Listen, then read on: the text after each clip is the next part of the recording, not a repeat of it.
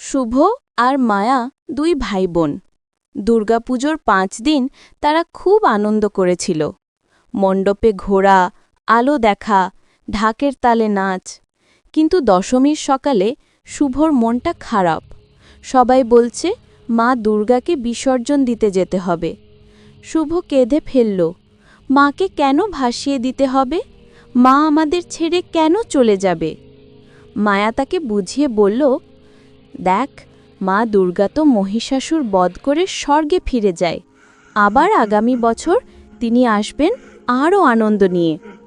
শুভ বিশ্বাস করতে চাইছিল না।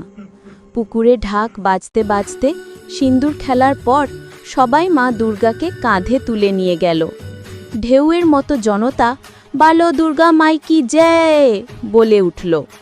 শুভ চোখ মুছে বলল, মা, তুমি তাড়াতাড়ি আবার আসবে তো? প্রতিমা জলে নামতেই রাতের বাতাসে যেন মায়ের আশীর্বাদের গন্ধ। শুভর মনে হল মা হাসি মুখে বলছেন, অবশ্যই আসব খুদে।